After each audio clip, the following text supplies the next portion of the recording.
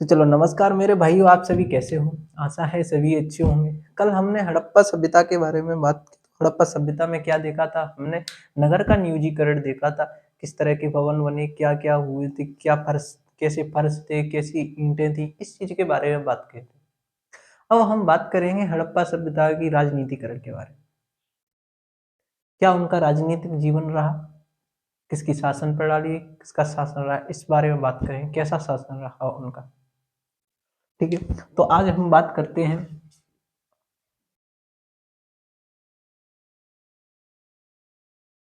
क्या पे बात करते हैं राजनीति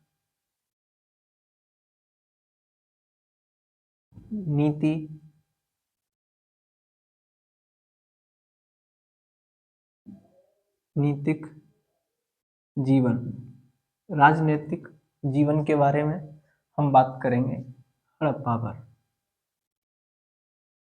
हमने देखा कि हड़प्पा का क्षेत्रफल लगभग 13 लाख रहा, मतलब 12,99,99 ठीक 600 वर्ग किलोमीटर अपना क्या रहा था, क्षेत्रफल रहा था। इसे हम लगभग 13 लाख क्षेत्र कह सकते हैं। तो हड़प्पा का क्षेत्र लगभग कितना रहा? बात करेंगे क्षेत्र 13 लाख। यहाँ हड़प्पा का शासन कब तक चलता रहा? तो लगभग 700 साल तक इसका शासन चलता रहा। 700 वर्ष तक शासन रहा। 700 वर्ष तक शासन रहा हड़प्पा सभ्यता का। अब इस चीज को लेकर बहुत से वैज्ञानिकों ने बात की कि हड़प्पा सभ्यता किस प्रकार का शासन रखा और कैसा शासन रहा। तो हम कुछ बुद्धिमान बुद्धिमान थे, इतिहासकार थे, उनके लेकर उनकी परिभाषा के लेकर हम बताएंगे कि कैसे शासन रहा, कैसा शासन रहा उनका। ठीक है, इस बारे में शासन बात करेंगे। इतिहासकार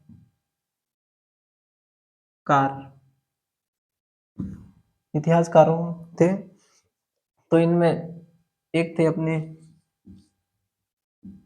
Mortimer Mortimer wheeler Mortimer wheeler. एक थे स्टुअर्ट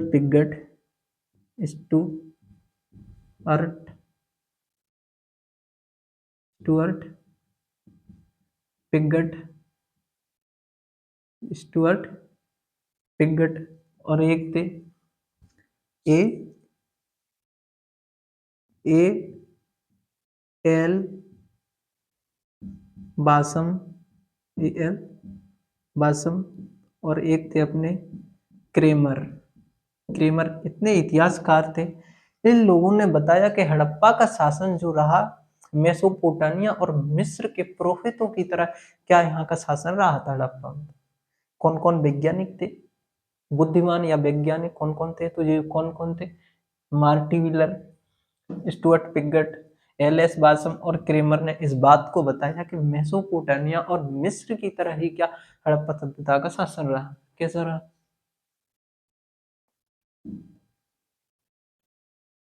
मेसोपोटामिया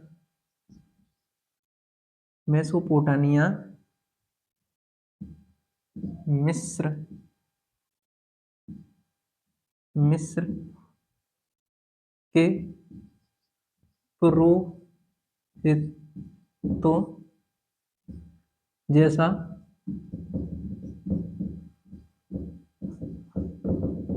शासन रहा।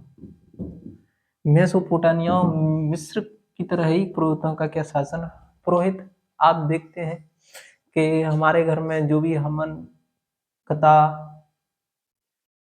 यज्ञ रामायण जो भी चीज हम कराते हैं तो कौन करते हैं? पंडित पुरोहित लोग ही करते हैं।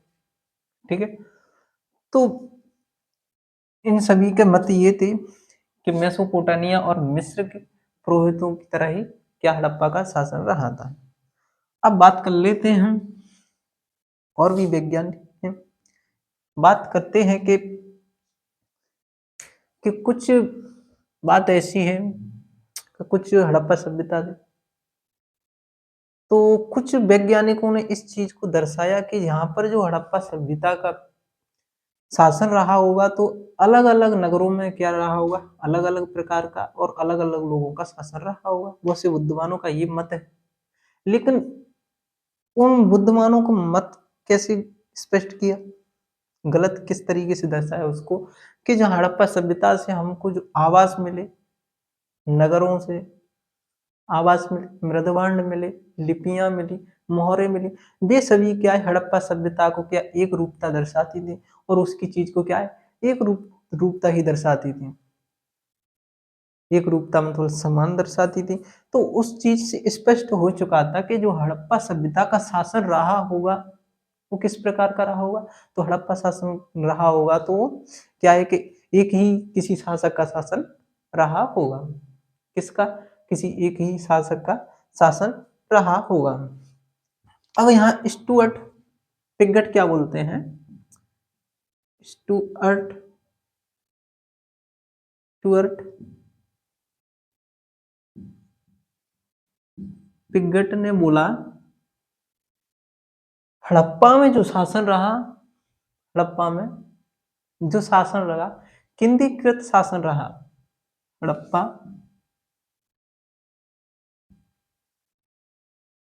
हड़प्पा का शासन कैसा रहा, केंद्रीकृत रहा, केंद्रीकृत रहा। कैसा साम्राज्य शासन रहा, केंद्रीकृत रहा। केंद्रीकृत में निरंकुश निरंकुश निरंकुश पुरोहितों पुरोहितों का शासन रहा।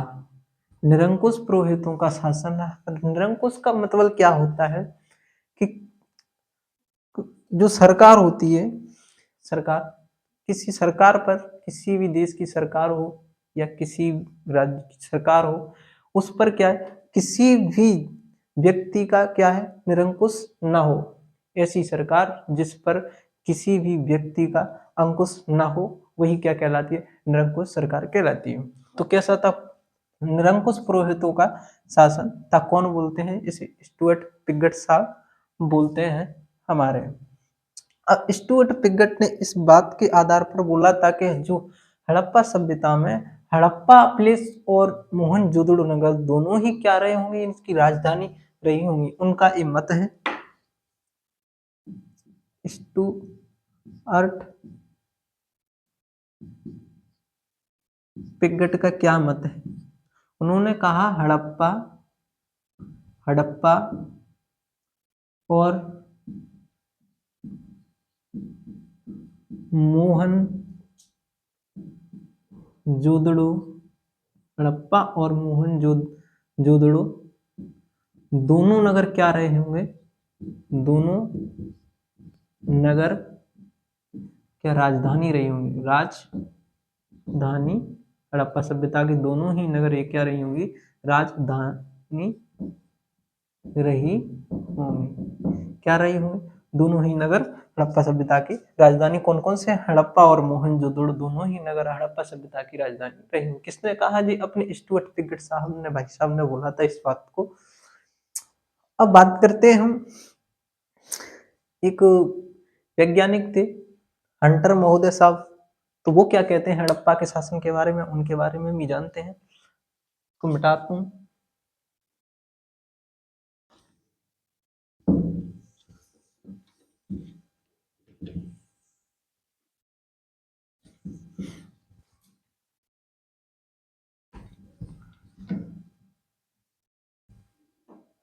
हंटर महोदय के बारे में बात करते हैं। इसमें थोड़ा वो डाल लो, CI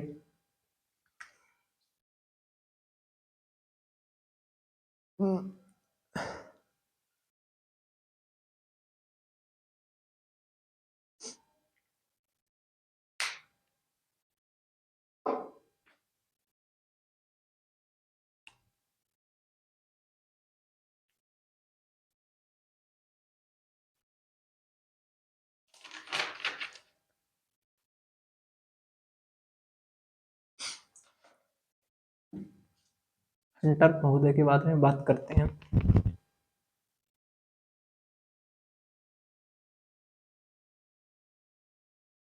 हंटर महोदय, हंटर महोदय ने क्या बोला, हड़प्पा सभ्यता का जो शासन रहा होगा को जनतांत्रिक शासन रहा। क्या बोला हंटर महोदय ने? हड़प्पा सभ्यता का शासन कैसा रहा होगा? जनतांत्रिक जनतांत्रिक शासन रहा। किसने बोला? हंटर महोदय साहब बोलते हैं कि जो हड़प्पा सभ्यता का शासन रहा होगा कैसा? जनतांत्रिक शासन रहा होगा। जनतांत्रिक शासन का मतलब है जनता द्वारा जनतांत्रिक जनता द्वारा जनता के हित का शासन। किसका? जनता का ही शासन जनता के ही हित में रहा होगा। कौन बोलते हैं इस बात को? हंटर महोदय जी बोलते हैं। और इनके बाद जो आते हैं अर्नेस्ट मैके आते हैं। अर्नेस्ट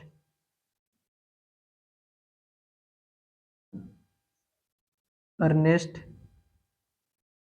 मैके साहब क्या कहते हैं? अर्नेस्ट मैके साहब बोलते हैं कि जो हड़प्पा सभ्यता का शासन था वो जनतांत्रिक तो हो गया, जनतांत्रिक शासन। कौन सा शासन? जनतांत्रिक शासन किसका था?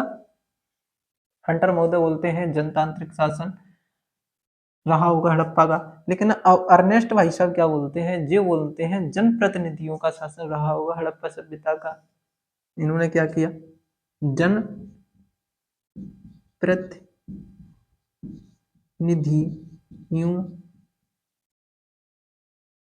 निधियों का शासन। जनप्रतिनिधियों के शासन का मतलब क्या है? कि जनता द्वारा चुना गया प्रधानमंत्री, कोई भी जनता ने वोट दिया, भारत की जनता ने किसको वोट दिया? प्रधानमंत्री को, जब जाके प्रधानमंत्री बना। इस प्रकार से ही बताया गया है कि जो जनप्रतिनिधि शासन रहा होगा, यहाँ ने लोगों ने अपने मत के आधार पर क्या क्या चुना होगा? अपना राजा चुना होगा। ठीक है, तो इसको कहीं ना कहीं जनप्रतिनिधियों को हम पहले हड़प्पा से देखते आ रहे थे। कहाँ हड़प्पा पे चीज, और जो आज भारत में है वही शासन। तो वो देख रहे हैं ना, वहाँ की आइडियोलॉजी ना, सिंधु सभ्यता की आइडियोलॉजी आज के शासन पे हमारे पे आधारित है, भारत के पे ऐसे सच मिलते हैं। इनके बाद एक वैज्ञानिक आते हैं फिर, पोसेल पोसेल पोसेल भाई साहब आते हैं। और पोसेल भाई साहब क्या कहते हैं कि जो हड़प्पा हड़प्पा का शासन शासन नगर परिषद या नगर पालिका जैसा शासन रहा होगा। कौन बोलते हैं इस बात को? पोसल भाई साहब बोलते हैं कि जो हड़प्पा सभ्यता का शासन था वो नगर परिषद और नगर पालिका की तरह से रहता था। जो कि लोग नगर परिषद का सदस्य चुनते थे, सदस्य में से अध्यक्ष चुनते हैं। अब उसी प्रकार से क्या था, पहले शासन रहा होगा। इस बात को कौन बोलते हैं? पोसल भाई साहब बोलते हैं। अब इनके बाद जो एक आते हैं अपने doctor R.S. Sharma. Doctor R.S. Sharma जो बोलते हैं कि जो हड़प्पा सभ्यता का शासन था, हड़प्पा सभ्यता का शासन, हड़प्पा सभ्यता का शासन वाणिज्य वर्ग लोगों का शासन रहा होगा। जो बोलते हैं वाणिक वाणिक वर्ग के लोगों का क्या शासन रहा होगा। अब इन सभी मतों को देखते हुए हम डॉक्टर आर एस शर्मा के मत को तार्किक मानते हैं। क्यों मानते हैं, इसकी बात का कारण है हड़प्पा सभ्यता अपने लिए विशेष नगरीकरण के लिए क्या था, प्रसिद्ध था, और वहां की नगरीकरण व्यापार उन्नति के आधार पर थी। और व्यापार करते कौन करते, वाणिज्य वर्ग के लोग ही क्या करते, व्यापार करते। इसीलिए डॉक्टर आर एस शर्मा ने कहा था कि जो हड़प्पा सभ्यता के वाणिज्य वर्ग के लोगों की जो शासन में महत्वपूर्ण भूमिका रही हुई, और इसीलिए हम क्या है डॉक्टर आर एस शर्मा के मत को सबसे सर्वश्रेष्ठ मत मानते हैं। ठीक है कि हड़प्पा सभ्यता में किसका शासन रहा, लेकिन आज भी इस चीज का पूर्ण तरीके से हम पता नहीं लगा पाए कि हड़प्पा सभ्यता का वास्तव में किसका शासन रहा, लेकिन हम सर्वमान्य किसका शासन मानते हैं, तार्किक शब्द मानते हैं, डॉक्टर आर एस शर्मा का बोलते हैं कि हड़प्पा सभ्यता का जो शासन रहा वाणिज्य वर्गों के लोगों का शासन रहा, इसको हम मानते हैं। ठीक है, धन्यवाद। कल हम बात करेंगे यहाँ से सामाजिक जीवन के बारे में बात करेंगे, और फिर हम आर्थिक जीवन के बारे में बात करेंगे। ठीक है।